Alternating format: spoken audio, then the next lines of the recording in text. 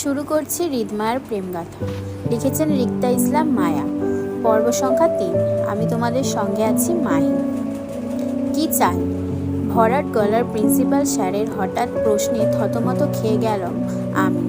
প্রচণ্ড অস্বস্তিতে সিটিয়ে ধীর গলায় বললাম, স্যার, আমাকে সুলতানা ম্যাম পাঠিয়েছেন এই ফাইলসগুলো আপনাকে দিতে। ও আচ্ছা, ফাইলগুলো তোমার পিছনে বসে থাকা স্যারকে দাও। সহজ সরলভাবে পিছনে ফিরেছিলাম আমি। সাহস নিয়ে ফাইলসগুলো এগিয়ে দিয়েছিলাম লোকটাকে, কিন্তু ইয়াং যুবকের অল্প পরিচিত মুখটা দেখে মুহূর্তেই ঠাই জায়গায় থ মেরে দাঁড়িয়ে পড়লাম। শরীরের মধ্যে তৎক্ষণাৎ হাড় কাঁপানো বিদ্যুৎ বয়ে গেল এমনটা মনে হলো। সেই বিদ্যুতের তেজে তৎক্ষণাৎ আমার হাত দুটো কেঁপে উঠল তুমুল গতিতে। এই লোকটাকে আমি কোথাও দেখেছি মনে হচ্ছে, কিন্তু কোথায় কোথায় সে কি আমার পরিচিতি কেউ? কই, আমার তো মনে পড়ছে না। আমার ধ্যানরতের মাঝেই লোকটা আমার থেকে কাগজগুলো নিজে হাতে তুলে নিল সহজভাবে।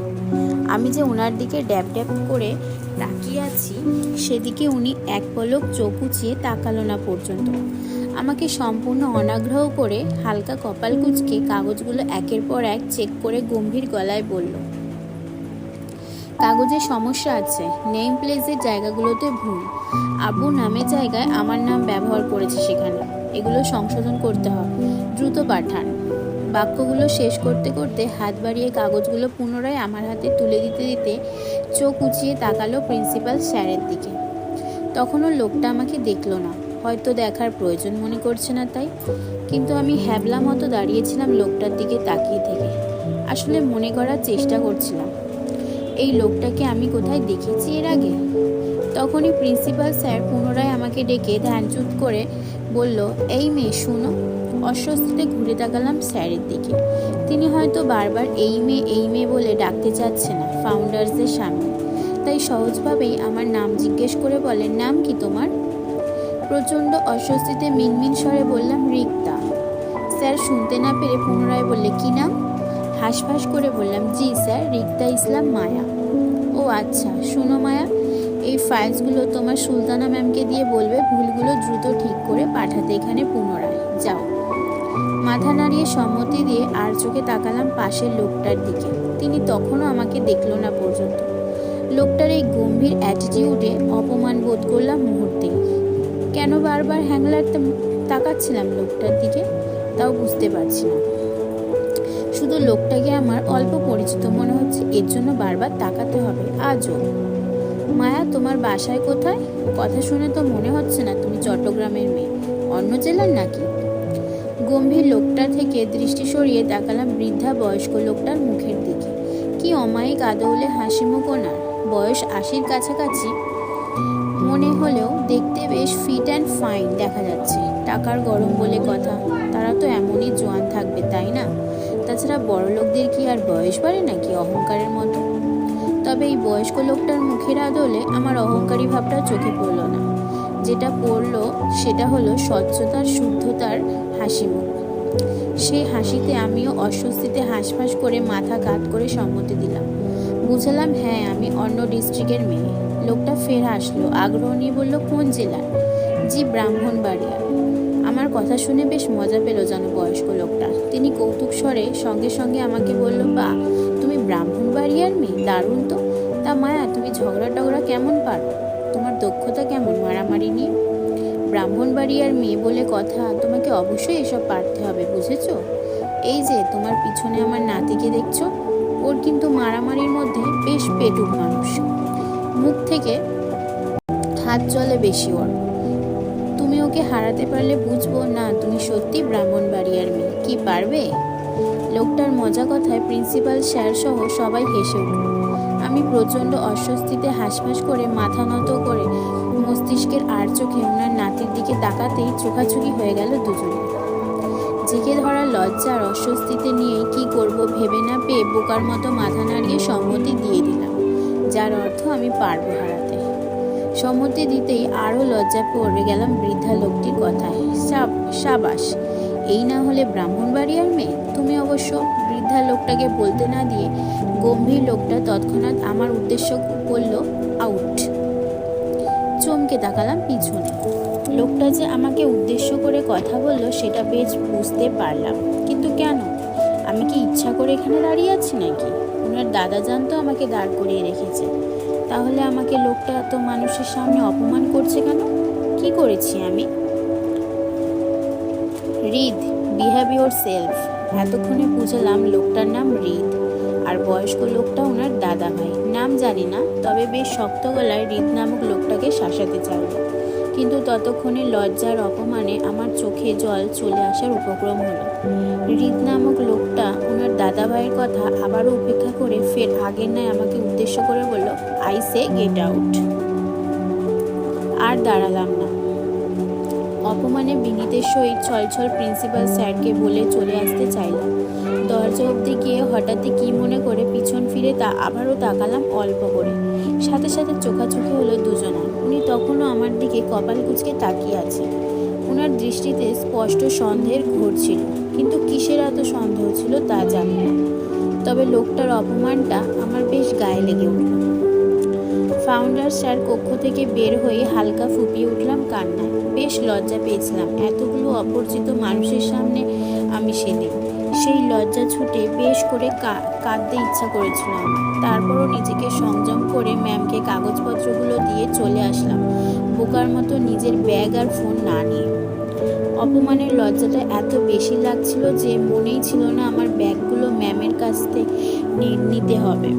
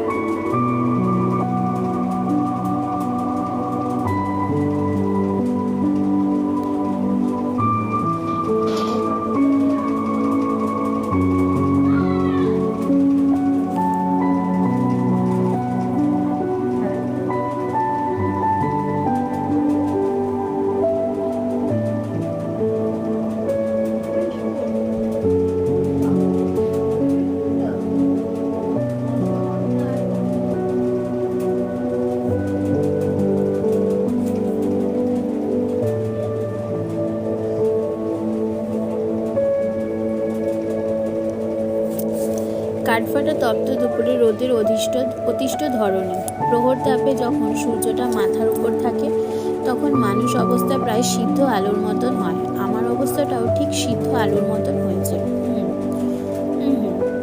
আমার একা অবস্থা নয়, বরং অনুষ্ঠানে উপস্থিত প্রায় অধিকাংশ ছাত্রছাত্রীর অবস্থা এই মুহূর্তে সিদ্ধ আলুর মতো।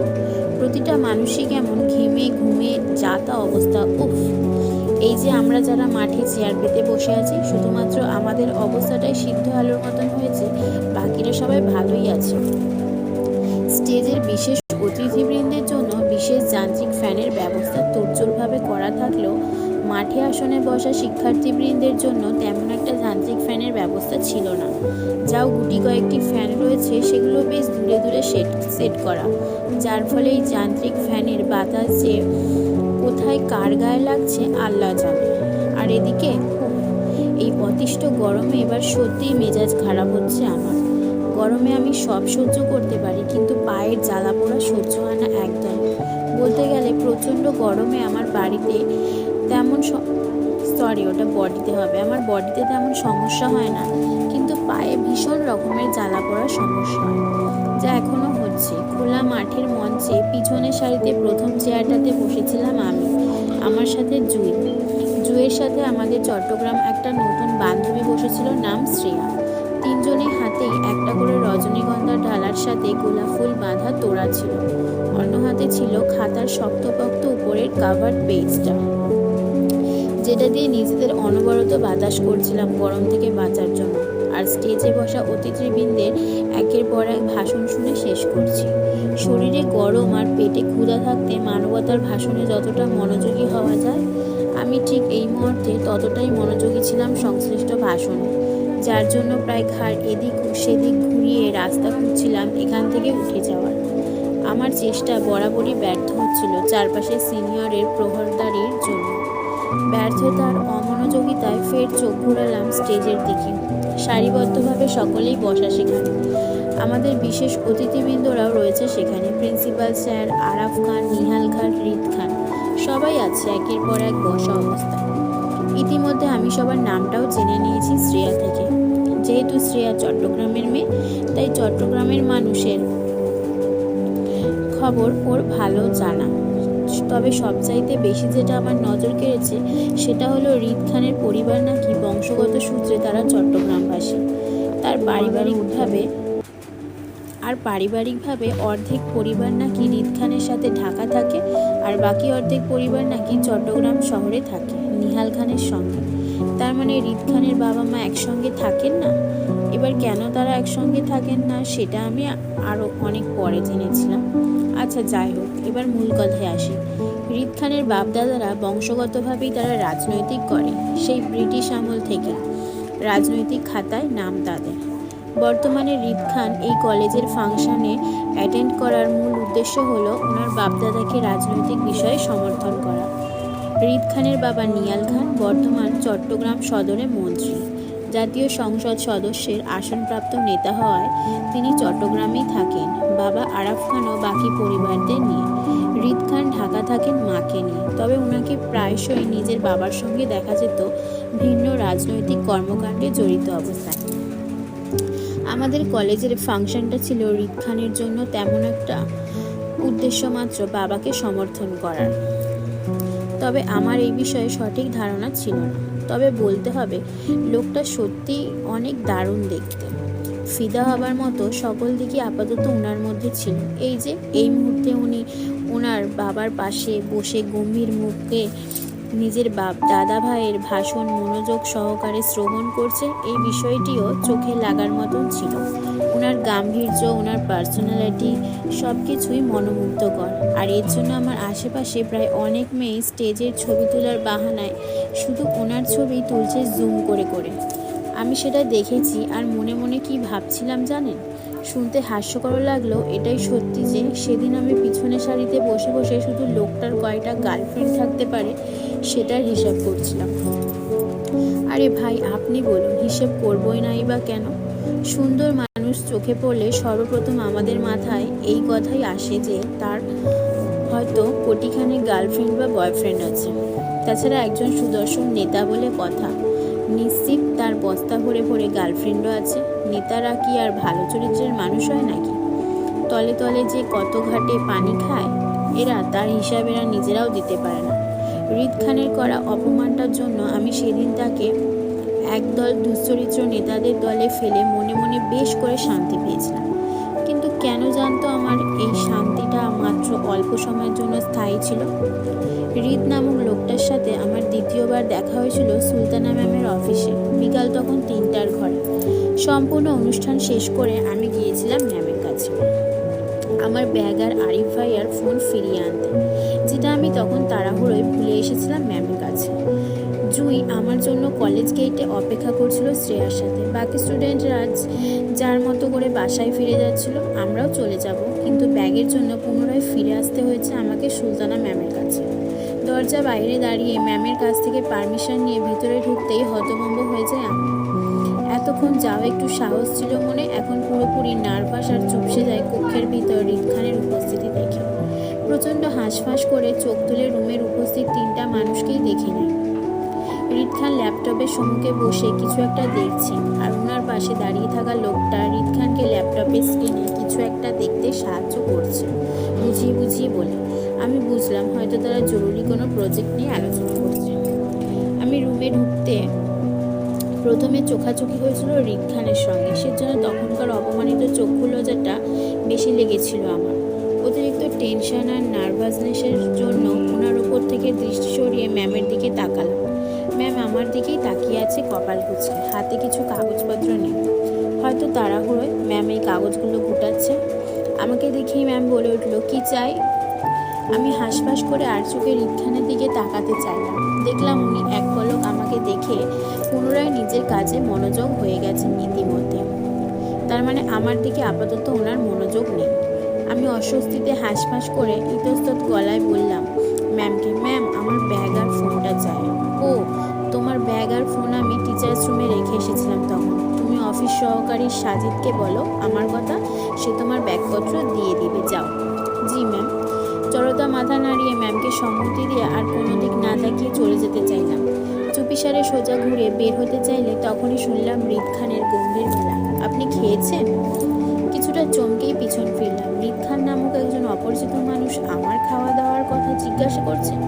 বিষয়টি আমার কাছে বেশ অবাক করা ছিল, তাই পিছন ঘোরার সাথে সাথে হৃদ খানের উদ্দেশ্যে মিহিস্বরে বলে ফেললাম, না স্যার। আমার উত্তরের সাথে সাথে তৎক্ষণাৎ আরও একটি উত্তর আসলো আমার কানে। পাশ থেকে হৃদ খানের কথার উত্তর দিয়ে সুলতানা ম্যাম বলল, না স্যার, খাবো একটু পর। বুঝলাম ভুল জায়গায় ভুল কথা বলে ফেলেছি আমি।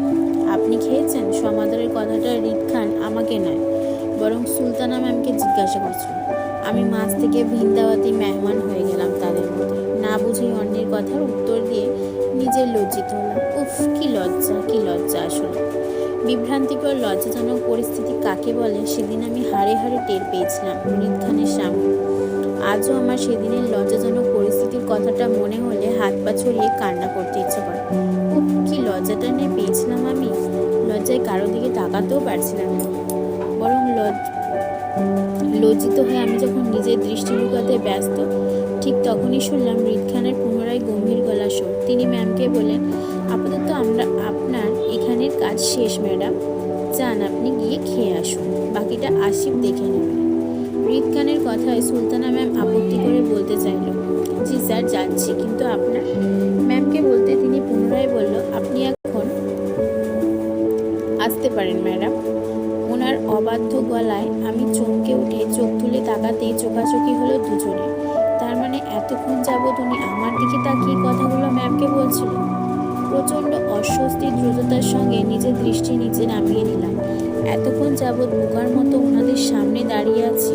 বিষয়টি বোধগম্য হতেই আস্তে ধীরে ম্যামের পিছন পিছন আমিও বের হতে চাইলাম, কিন্তু পিছন ঘুরতে হৃদ খানের ডাক কানে আসলো তৎক্ষণাৎ, আপনি থাকুন মিস। আমি এবার আর বোকার মতো দাঁড়ালাম না। ভাবলাম এই কথাগুলো মনে হয় সুলতানা ম্যামকে বলছেন, তাই ভালোই ভালোই চলে আসতে চাইলে হৃদ খানের শক্ত গলার ধমকে মুহূর্তে কেঁপে উঠলাম আমি। এই মেয়ে, তোমাকে থাকতে বলছি না আমি, কোথায় যাচ্ছ তুমি? ধমক খেয়ে সাংঘাতিক চমকেছিলাম আমি। লোকটা তো সুবিধা নয়, সাংঘাতিক অসুবিধা মানুষ ছিল। চেনা নেই জানা নেই একটা অপরিচিত মেয়েকে এত বড় ধমক দিবে? আল্লাহ! সকালের প্রিন্সিপাল স্যারের রুমে অপমান করলো আর এখন শাসাচ্ছে, কিন্তু কেন? কি দোষ করেছি আমি? নাকি আমরা পূর্ব পরিচিত? কই, আমার তো কিছুই মনে পড়ছে না জীবনে কখনো এই ব্যক্তির সাথে আমার দেখা হয়েছে বলে। লোকটার ধমকে আরও সিটিয়ে গেলাম আমি। বুকের ভেতর ভয় নামক হৃৎপিণ্ডটা কেমন ধূপ ধাপ করে সারা শরীরে লাফালাফি করে জানান দিচ্ছিল সে যে কোনো সময় কাঁপতে কাঁপতে আমাকে অজ্ঞান করে দেবে সেটা। অতিরিক্ত ভয়ে যেমন মানুষের দিশেহারা হয়ে যায়, আমার অবস্থাটাও ঠিক তেমনই হয়েছিল। অতিরিক্ত ভয়ের কারণে মুখ দিয়ে তেমন কোনো কথা বের হচ্ছিল না। হাত পা ঠান্ডা অনুভব করছিলাম, গলা দিয়ে তেমন কথা বলার জোর পাচ্ছিলাম না নার্ভাসনেসের জন্য। তারপরও নিভে যাওয়া গলায় একটু করে পিছন ঘুরে বলছিলাম, জি আমাকে। তৎক্ষণাৎ শক্ত গলার উত্তর আসলো ওনার, ইয়েস ইউ, কাম হেয়ার, এদিকে আসো। ছেড়ে রাখা শাড়ি আঁচলটা একটু চেপে ধরে নত মস্তিষ্কের দুই কদম এগিয়ে ওনার সম্মুখে দাঁড়াতেই উনি বললেন, পিছনের সারিতে বসার মতো কি পড়াশোনা তো পিছিয়ে আছেন নাকি আপনি? চমকে উঠে লোকটার দিকে তাকালাম ভাসা ভাসা চোখে। শুধু চমকিয়েছি বললে ভুল হবে, ভীষণভাবে হতবাক হয়েছিলাম যে এত মানুষের ভিড়ে কি লোকটা আমাকে লক্ষ্য করেছিল, যে আমি কোথায় বসেছিলাম। দেখতে পেয়েছিল আমি পিছনের সারিতে বসেছিলাম।